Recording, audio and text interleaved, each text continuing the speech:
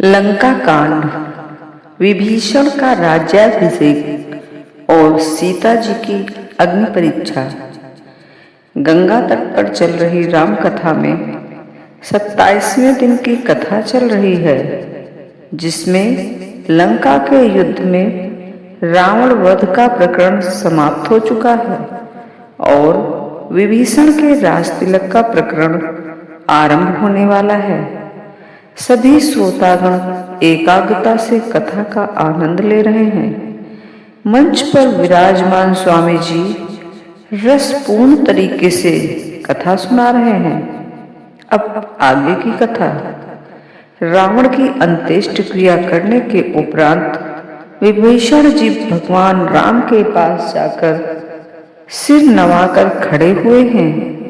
तब भगवान राम ने लक्ष्मण जी को बुलाया और कहा कि तुम वानर राज सुग्रीव, अंगद, नल, नील, जामुन जी और मारुति सभी लोग विभीषण के साथ जाओ और इनका राज तिलक करो। पिताजी के वचनों के कारण मैं नगर में प्रवेश नहीं कर सकता, परंतु अपने ही समान वानर और छोटे भाई को भेजता हूँ। भगवान की आज्ञा पाकर लक्ष्मण जी वानर योद्धाओं और विभीषण जी के साथ लंका जाते हैं। वहां विभीषण जी का विधिवत राज्याभिषेक करते हैं। राज्याभिषेक के उपरांत लक्ष्मण जी, विभीषण जी, सुग्रीव एवं अन्य वानर रीछ प्रमुखों के साथ भगवान श्री राम के पास आ जाते हैं। सभी खुश हैं। रावण का वध हो चुका है। सभी रावण के वध और विभीषण जी को लंका का राज मिल गया है। स्वामी जी एक क्षण के लिए रुकते हैं और कथा को आगे बढ़ाते हुए कहते हैं कि भगवान ने रावण का वध कर पृथ्वीवासियों एवं देवताओं को उपकृत किया, तो वहीं विभीषण जी को लंका का राज देकर अपना वचन पूरा किया। इसके बाद उन्होंने हनुमान जी को बुलाकर कहा कि तुम लंका जाओ और जानकी को सब समाचार सुनाओ तथा उनका कुशल समाचार लेकर वापस आओ। प्रभु की आज्ञा से हनुमान जी वापस लंका पहुंचे। पहली बार हनुमान जी जब लंका गए थे, उसमें और अब में भारी अंतर था। पहले हनुमान जी सुरक्षा कर्मियों से बच बचाकर मशक के समान लघु रूप धर कर गए थे, तो अब की बार राज अतिथि के रूप में उन्होंने लंका में प्रवेश किया। जगह जगह उनका स्वागत हुआ और राजकर्मी उन्हें सीता जी के पास लेकर गए। हनुमान जी ने सीता जी को देखकर दूर से ही प्रणाम किया। सीता जी ने हनुमान जी को देखकर प्रसन्नता के साथ उन्हें आशीर्वाद देते हुए पूछा, हे तात, कहो कृपा के धाम मेरे प्रभु, छोटे भाई और वानरों की सेना सहित सभी कुशल से तो हैं।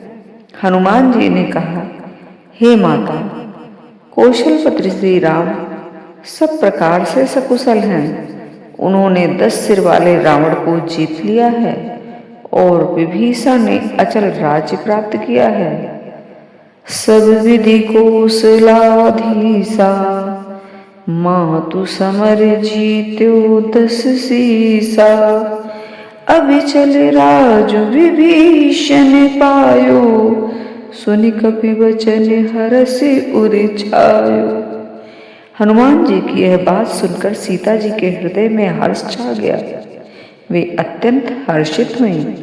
उनका शरीर पुलकित हो गया और नेत्रों में जल छा गया। वे बार बार कहते हैं, हे हनुमान, मैं तुझे क्या दूं? इस समाचार के समान तीनों लोकों में और कुछ भी नहीं है।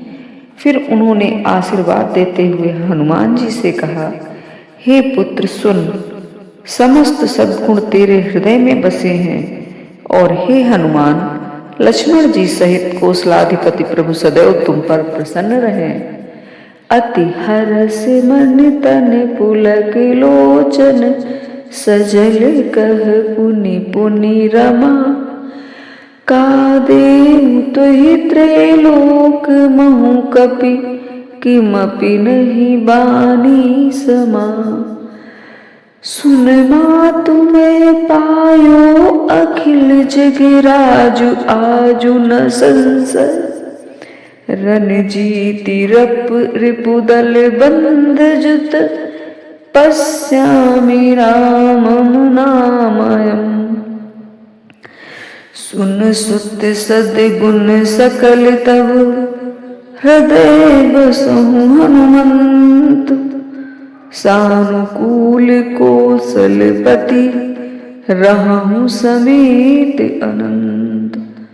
माता सीता हर्षित हो रही हैं। उनके साथ ही उनकी प्रभु के दर्शन करने की इच्छा भी बलवती हो रही है। इसलिए उन्होंने इधर उधर की बातें छोड़कर सीधे हनुमान जी से कहा, हे तात, अब तुम वही उपाय करो जिससे मैं इन नेत्रों से प्रभु के कोमल श्याम शरीर के दर्शन करूं। हनुमान जी ने सीता जी से कहा कि मैं शीघ्र ही आपकी कुशलता का समाचार प्रभु श्री राम तक पहुंचाता हूं और जैसे वे आज्ञा देंगे उसी के अनुरूप आगे आपके समक्ष उपस्थित होऊंगा। ऐसा कहकर हनुमान जी ने सीता जी को सिर नवाया और वापस श्री राम के पास आ गए तथा उन्हें सीता जी की कुशलता का समाचार सुनाया। स्वामी जी एक क्षण रुककर कथा को आगे बढ़ाते हुए कहते हैं कि प्रभु सीता जी की कुशलता का समाचार सुनकर प्रभु श्री राम हर्षित हुए और उन्होंने बिना देरी किए युवराज अंगद एवं लंकापति विभीषण को बुलाकर कहा, हनुमान जी के साथ जाकर जानकी को आदर के साथ ले आओ। प्रभु की आज्ञा पाकर विभीषण जी अंगद और हनुमान जी के साथ अशोक वाटिका जाते हैं और सीता जी को प्रभु श्री राम का संदेश सुनाते हैं। उसके बाद विभीषण ने राजकर्मियों से कहकर सीता जी को स्नान करवाया और अच्छे वस्त्र एवं आभूषण पहनाकर सुंदर पालकी में उन्हें विराजमान कर प्रभु श्री राम के शिविर में लेकर चले। जैसे ही अशोक वाटिका से सीता जी निकलती हैं, वैसे ही उनके दर्शन करने के लिए लंका के निवासी उमड़ पड़ते हैं। लंका से बाहर निकलने पर वानर सैनिक भी सीता जी के दर्शन करने के लिए उमड़ रहे हैं। रक्षकों को सीता जी की पालकी को आगे बढ़ाने में कठिनाई हो रही है। प्रभु श्री राम ने जब यह देखा तो उन्होंने विभीषण जी से कहा, हे मित्र, मेरा कहा मानो, सीता को पैदल ले आओ जिससे वानरों को उनकी माता के दर्शन हो सके। विभीषण जी ने प्रभु की आज्ञा मानकर सीता जी को पालकी से उतारकर पैदल ही प्रभु श्री राम के शिविर की ओर ले जाकर चल पड़े तो सभी देवगण सीता जी पर पुष्प बरसाने लगे। तो वहीं रीछ वानर सैनिक उनके दर्शन करते हुए प्रणाम करने लगे। स्वामी जी एक क्षण रुककर कहते हैं कि सीता जी के असली स्वरूप को प्रभु ने पहले अग्नि में रखा था, अब वे उनको प्रकट करना चाहते हैं, इसलिए उन्होंने कुछ कठोर वचन कहे। तब सीता जी ने प्रभु के वचनों को सिर माथे रखकर लक्ष्मण जी से कहा, हे लक्ष्मण, तुम मेरे धर्माचरण में सहायक बनो और तुम अग्नि तैयार करो। लक्ष्मण जी ने प्रभु की इच्छा और सीता जी की आज्ञा सिरोधार्य कर शीघ्र ही अग्नि तैयार की। उस बढ़ी हुई अग्नि को देखकर सीता जी ने कहा, यदि मन, वचन और कर्म से मेरे हृदय में श्री रघुवीर जी को छोड़कर अन्य किसी का आश्रय नहीं है, तो अग्निदेव जो सबके मन की गति जानते हैं, मेरे भी मन की गति जानकर मेरे लिए चंदन के समान शीतल हो जाए। ऐसा कहकर और कौशलाधिपति श्री राम जी की जय बोलकर जानकी जी ने अग्नि में प्रवेश किया। सीता जी की छाया, मूर्ति और उनका लौकिक कलंक प्रचंड अग्नि में जल गए। तब अग्निदेव ने वास्तविक सीता जी का हाथ पकड़कर उन्हें श्री राम जी को वैसे ही समर्पित किया जैसे क्षीर सागर में विष्णु भगवान को माता लक्ष्मी को समर्पित किया था। वे सीता जी रामचंद्र जी के वाम भाग में विराजित हुए। उनकी उत्तम शोभा अत्यंत ही सुंदर है, मानो नए खिले हुए नीले कमल के पास सोने के कमल की कली सुशोभित हो। स्वामी जी ने एक क्षण के लिए विश्राम लिया और कथा को आगे बढ़ाते हुए कहा कि जानकी जी सहित प्रभु श्री रामचंद्र जी की अपरिमित और अपार शोभा देखकर रीछ हुआ नर हर्षित हो गए और श्री रघुनाथ जी की जय बोलने लगे। तब श्री रघुनाथ जी की आज्ञा पाकर इंद्र का सारथी मातली प्रभु के चरणों में सिर नवाकर रथ लेकर चला गया। उसके बाद देवता और सिद्धगण आए, ब्रह्मा जी भी आए और ब्रह्मा जी ने प्रभु की अत्यंत सुंदर स्तुति की। जय राम सदा सुख धाम हरे, रघुनायक सायक चाप धरे। भव बारन दारन सिंह प्रभु, गुण सागर नागर नाथ विभु। तन काम अनेक अनूप छवि, गुण गावत सिद्ध मुनीन्द्र कवि। जसु पावन रावण नाग महा, खगनाथ जथा करि कोप गा। जन रंजन भंजन शोक भयम, गति क्रोध सदा प्रभु बोधमयम। अवतार उदार अपार गुणम, महि भार विभंजन ज्ञान घनम। अज व्यापक मेव कमनादि सदा, करुणा कर राम नमामि मुदा। रघुवंश विभूषण दूषण हा, कृति भूप विभीषण दीन रहा। गुण ज्ञान निधान अमान अजम, नित राम नमामि विभुम बिरजम। भुज दंड प्रचंड प्रताप बलम, खल ब्रंद निकंद महाकुशलम। बिनु कारण दीन दयाल हितम, छविधामि नमामि रमा सहितम। भवतारण कारज काज परम, मन संभव दारुण दोष हरम। सर चाप मनोहर त्रोण धरम, जल जारुण लोचन भूप बरम। सुख मंदिर सुंदर श्री रमणम, मदमार सुधा ममता समनम। मदमार मुधा ममता समनम। अनवद्य अखंड न गोचर गो, सब रूप सदा सब होई नभो। इति वेद वदन्ति न दंत कथा, रवि आतप भिन्न भिन्न जथा।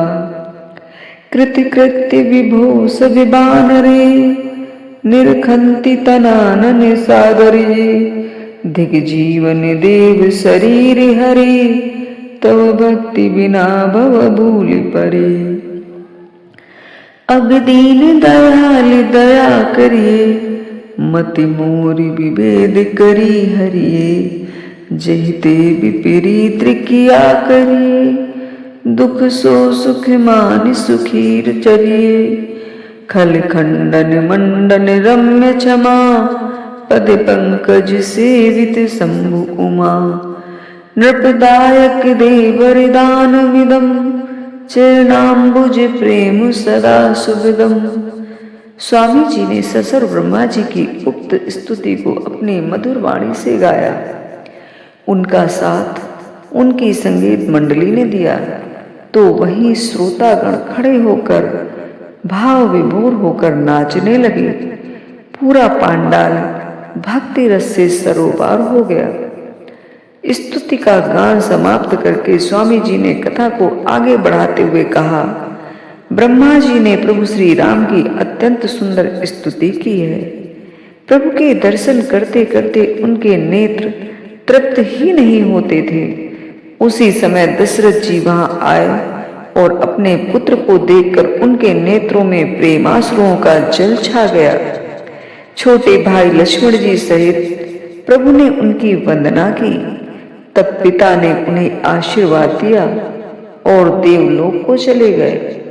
उधर छोटे भाई लक्ष्मण जी और जानकी जी सहित प्रभु श्री राम जी की शोभा देखकर देवराज इंद्र ने प्रभु की इस प्रकार स्तुति की है। जय राम शोभा धाम दायक प्रणत विश्राम, धृत तृण बर सर चाप भुज दंड प्रबल प्रताप। जय दूष नारी खरार मर्दन निशाचर धार, यह दुष्ट मारु नाथ भय देव सकल नाथ। जय हरण धरिणी भार महिमा उदार अपार, जय राव नारी कृपाल किए जातु दान बिहार। लंकेश अति बल गर्भ किए बस्य सुर गंधर्व, मुनि सिद्ध नर खर खगनाग हठिपम सबके लाग। परिद्रोह रति अति दुष्ट पायो सुफल पापिष्ट, अब सुनहु दीन दयाल राजीव नयन विशाल। मोहि रहा अति अभिमान नहीं को मोहि समान, अब देखी प्रभु पद कंज गतिमान प्रद दुख पुंज। को ब्रह्म निर्गुण ध्याव अव्यक्त जेहि श्रुति गाव, मोहि भाव कौशल भूप श्री राम सगुण स्वरूप। बेदेहि अनुज समेत ब्रह्म हृदय करहु निकेत, मोहि जानिए निज दास दे भक्ति रमा निवास। दे भक्ति रमा निवास त्रास हरन शरण सुखदायकम, सुख धाम राम नमामि काम अनेक छवि रघुनायकम। सूर्य वृंद रंजन दंत भंजन मनुजतनु अतुलित बलम, ब्रह्मादि शंकर सेव्य राम नमामि करुणा कोमलम। एक बार फिर स्वामी जी ने वाद्य यंत्रों के साथ इंद्र की स्तुति की तो अपने मधुर कंठ से श्रोताओं के समक्ष प्रस्तुत किया, जिससे सभी भक्ति रस से भीग गए। दो क्षण रुककर स्वामी जी ने कथा को आगे बढ़ाते हुए कहा कि इंद्र ने प्रभु श्री राम की स्तुति करने के बाद कहा, हे कृपाल, अब मेरी ओर कृपा करके देखकर आज्ञा दीजिए कि मैं क्या सेवा करूं। तब प्रभु श्री राम ने इंद्र से कहा, हे देवराज, हमारे वानर भालू जो युद्ध में मारे गए हैं उन सबको आप जीवित कर दो। इंद्र ने अमृत वर्षा करके वानर भालुओं को जीवित कर दिया। स्वामी जी ने श्रोताओं की ओर मुखातिब होते हुए कहा, अब आपके सामने दो जिज्ञासाएं उठ रही होंगी। पहली यह कि स्वयं प्रभु श्री राम स्वयं जीवित करने में सक्षम थे, तो उन्होंने देवराज इंद्र से जीवित करने के लिए क्यों कहा? इसका उत्तर यह है कि रामा अवतार में प्रभु श्री राम पूर्णतः मानव लीला में थे, इसलिए उन्होंने ऐसा कोई कार्य नहीं किया जो मानव नहीं कर सकता हो। इसी कारण उन्होंने देवराज इंद्र से वानर भालुओं को जीवित करने के लिए कहा। देवराज इंद्र के पास समुद्र मंथन से निकला हुआ अमृत था, जिसका उपयोग उन्होंने रीछ वानरों को जीवित करने के लिए किया। धन्यवाद। जय श्री राम।